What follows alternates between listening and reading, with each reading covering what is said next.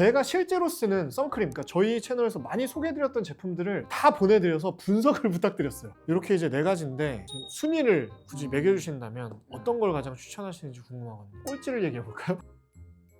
네, 오늘은 오랜만에 또 피부 얘기를 해보려고 하는데요. 그래서 피부 전문가를 또 모셨습니다. 우리 성일생 원장님, 반갑습니다.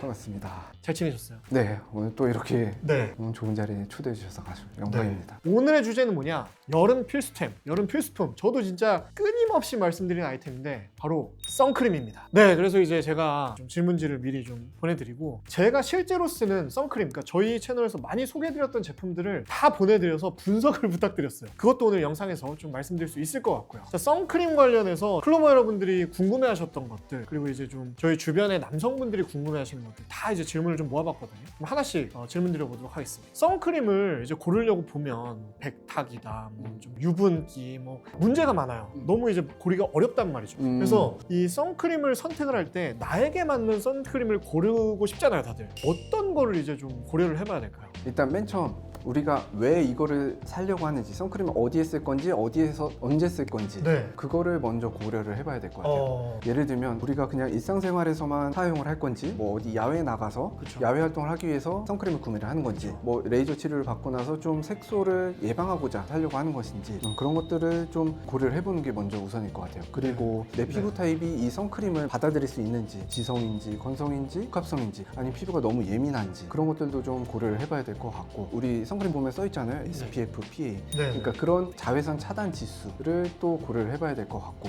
이제 거기에 또 유형도 있을 거고, 무기자차인지 유기자차인지, 그렇죠. 뭐 혼합자차인지, 그런 것들을 또 고려해보고. 되게 많죠, 고민해야 될 게. 이걸 어떻게 다 고민하죠?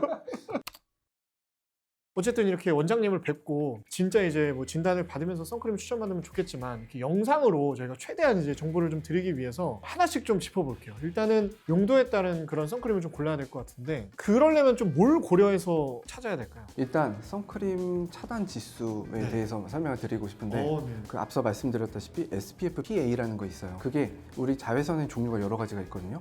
A, B, C가 있는데 자외선 C는 어차피 대기권, 오존층에서 다 반사가 돼서 사라지는 거고, A랑 B가 파장이 되게 길기 때문에 우리 집 안까지도 들어오기도 해요. 특히 A 같은 경우는 그런 것들이 얼만큼 내가 선크림 자외선 차단제를 발랐을 때 잘 차단이 되는지, 그런 것들을 볼 수가 있는데, 그 중에 이제 PA라는 게 자외선 A를 얼만큼 차단하는지를 보여주는 거예요. 그거는 이제 플러스로 나타내 주는데 플러스 1부터 플러스 4까지 4 플러스까지 있고, SPF는 자외선 B를 얼만큼 잘 차단하는지를 보여주는 지수예요. 자외선 A랑 B를 차단해야 된다 말씀해 주셨는데 A랑 B가 각각 어떤 악영향을 주는 거예요, 저희 피부에?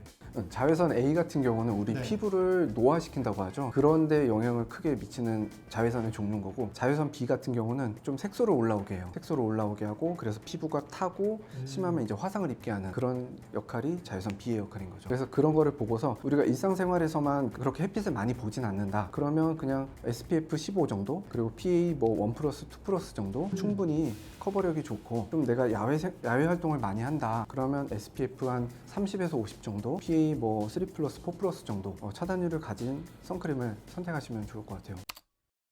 그럼 지금까지는 뭐 SPF, PA를 통해서 어떤 용도로 쓸 선크림인지 그걸 이제 고려해보는 게 중요하다 말씀해 주셨는데 제가 알기로 뭐 유기자차, 무기자차 뭐 이런 유형이 있더라고요. 이거는 뭐 어떤 뜻이에요? 브랜드들이 어필을 좀 많이 하니까 좀 궁금했었거든요. 그 유기자차, 무기자차라고 크게 나뉘어요. 자차라는 게 이제 자외선 차단제를 말하는 거고, 앞에 유기냐 무기냐. 유기는 유기 화합물로 피부에 스며들어서 그 안에서 자외선을 차단하는 방식인 거고, 무기자차는 무기 화합물로 피부 겉에 막을 씌워서 자외선을 차단하는 방식이에요. 그래서 둘의 방식이 다른 거고, 둘 다 장단점이 있어요. 둘의 장단점을 합친 게 또 혼합자차라고 요즘에는 많이 출시가 되어 있는데, 그런 자외선 차단제 종류도 있습니다. 일단 유기자차는 장단점이 뭐예요? 유기자차는 피부 안에 흡수가 돼야 된다 그랬잖아요. 그래서 일단 발림성이 되게 편해요. 발림성이 좋고 잘 흡수가 되다 보니까 우리 흔히 뭐 불편하다고 말씀하셨던 백탁 현상, 그런 현상이 없어요. 흡수가 돼서 피부 안에서 화학적 반응을 한다고 했었잖아요.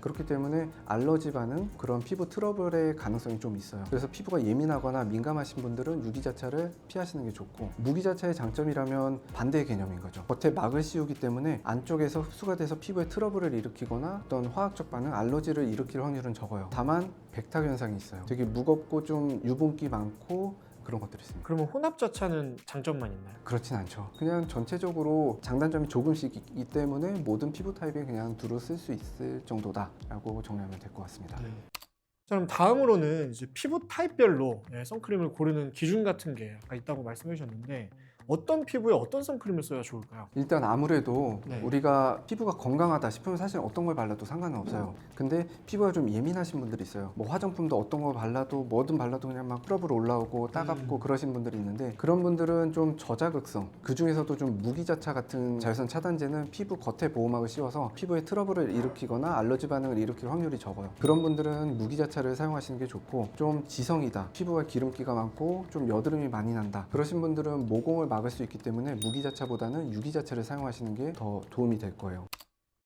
자, 그러면 이쯤에서 제가 궁금한 게 제가 진짜 오래 쓴 선크림이 4가지가 있거든요. 그리고 이제 저희 클로버 분들께도 제가 써봤을 땐 좋아서 이제 추천을 드렸던 제품들인데 이제 원장님 보시기엔 어떤지 하나씩 좀 검사를 좀 받아보고 싶습니다. 그래서 제가 사실 미리 보내드렸어. 오늘 그대로 이제 들고 와주셨는데 무슈제이, 요거 이제 저희가 광고를 했었는데 그 이후에도 이제 저희가 사서 쓰고 그랬던 제품이고, 그다음에 스코테미시, 요것도 마찬가지죠. 비오테몬무, 비오레, 요게 이제 처음으로 제가 유튜브에서 추천드렸던 선크림이었어요. 실제로 이게 아마 제일 오래 쓴 것 같아요. 기간으로만 치면. 이렇게 이제 4가지인데 각각 좀 어떻게 보시는지. 4가지를 다 써보셨을 때 어떠셨어요? 뭐 안 좋은 게 있어서 바꾸신 건지, 어떤 특별히 이건 더 좋았다라는 게 있으셨는지. 그냥 이제 하나씩 장단점을 좀 말씀드려보면 무슈제이 같은 경우에는 발림성이 진짜 좋았어요. 말 그대로 에센스처럼 엄청 부드럽게 잘 발리고 펴발라지고, 근데 약간의 눈시림이 저는 있었거든요. 그래가지고 눈 주위에는 조금 피해서 바르게 되더라고요. 엄청 가볍고, 그리고 뭔가 이건 그냥 기분인데 땀을 막 흘렸을 때 뭔가 그냥 흘러내려갈 것 같은 그런 느낌이었어요. 실제로 이제 이게 씻겨 나간지는 모르겠고. 그래서 이 무슈제이 하이드로 선 에센스는 어떻게 보시나요?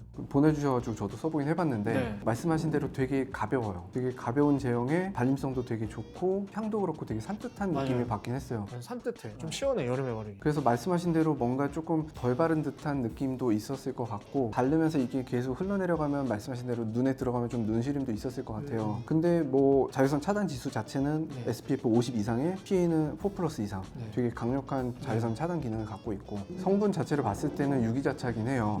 그런데 성분표 자체를 보면은 피부에 자극을 줄 만한 성분은 거의 없어요. 그래서 유기자차임에도 불구하고 좀 피부가 예민하시거나 민감하신 분들이 쓰셔도 적합한 자외선 차단제인 것 같아요. 다음은 이제 스코테미시 제품인데 최근에는 이걸 제일 많이 쓰고 있거든요. 이게 좀 야외 활동할 때 저는 좀 좋을 것 같다고 생각이 들어요. 왜냐면 바를 때 물론 발림성도 좋은데 이것처럼 좀 물 같은 제형보다는 살짝 크림 제형이잖아요. 그래서 조금 더 무게감 있게 발리는 느낌이 있어요. 그리고 이게 워터프루프라고 써있는데 실제로 뭔가 땀 같은 게 나고 뭐 비를 맞거나 해도 뭔가 좀 흘러내리지 않는 그런 느낌이 좀 들어요. 그러니까 딱 껴나가지 않는 느낌? 그래서 좀 강하게 자외선을 차단해주는 느낌이 있어서 지금 두통제도 쓰고 있는데, 그래서 혹시 요거는 원장님 보시기에 어떠신가요? 딱 말씀하신 그대로예요. 좀 크림 제형이라서 아까 하이드로선 에센스처럼 되게 흐르는 그런 제형은 아니고, 그래서 더 흘러내리지 않아서 바르기 더 편할 수도 있어요. 거기다가 기능도 충분히 SPF 50 이상에 P4+ 이상이고, 그래서 자외선 차단 기능도 우수하고, 거기에 워터프루프 기능도 있어가지고 정말 땀 많이 흐르거나 야외 운동하시는 분들 있잖아요. 그래서 골프 치시거나 뭐 야외에서 축구하거나 자전거 타시는 분들도 충분히 쓰셔도 될 것 같아요. 다만 워터프루프 기능이기 때문에 세안할 때 좀 신경 써주셔야 될 것 같아요. 화장품 같이 되게 피부에 많이 남아있을 거예요. 그래서 그냥 오일 성분이기 때문에 클렌징 오일이나 로션이 또 오일 성분이에요. 그래서 그 기름으로 녹여내주고 그러고 나서 한번 헹궈주고 폼 클렌징으로 가볍게 한번 다시 헹궈주는 그런 이중 세안이 필요할 것 같아요. 제가 가진 선크림 중에 가장 고가인 비오테몬무 제품, 요거는 원장님 보시기엔 어땠나요? 얘는 그 보내주신 것들 중에서 유일하게 혼합자차였어요. 여러 유기화합물도 들어있었고 거기에 플러스 얘네만의 특허적인 성분이 있다고 해요. 그런 게 좀 장점이고, 마찬가지로 자외선 차단 기능도 SPF 50에 P3+네요. 충분히 우수한 자외선 차단 기능을 갖고 있고, 아까도 맨 처음에 말씀드렸다시피 혼합자차가 모든 피부에 좀 잘 맞는다고 했잖아요. 왜냐면 유기자차의 장점과 단점을 다 갖고 있고 무기자차의 장점과 단점을 갖고 있고, 그래서 모든 피부에 잘 맞긴 하지만 다만 단점이 변성 에탄올 같이 좀 피부에 자극을 줄 수 있는 뭐 민감성, 홍조, 여드름 있는 그런 분들이 쓰기에는 조금 주의하셔야 할 그런 성분을 갖고 있어요. 그래서 그런 분들한테는 좀 주의해서 사용하는 게 좋지 않을까. 자, 마지막 네 번째는 비오레 아쿠아 에센스인데 이거를 제가 제일 많이 썼고 이제 처음으로 저희 채널에서 추천드린 선크림이었어요. 이게 왜냐면 당시에 이제 제가 20대 때죠. 선크림은 다 이제 꾸덕꾸덕하고 발랐을 때 답답하고 이런 느낌이었는데 비오레는 그런 느낌이 전혀 없는 거예요. 너무 잘 발리고 산뜻하고 좋았죠. 그냥 막 세수하듯이 막 바르면 됐어가지고 이게 너무 센세이션이었는데 뭐 단점은 일단 바를 때 알코올 향이 많이 나요. 그리고 이제 해외 직구를 해야 되는 거.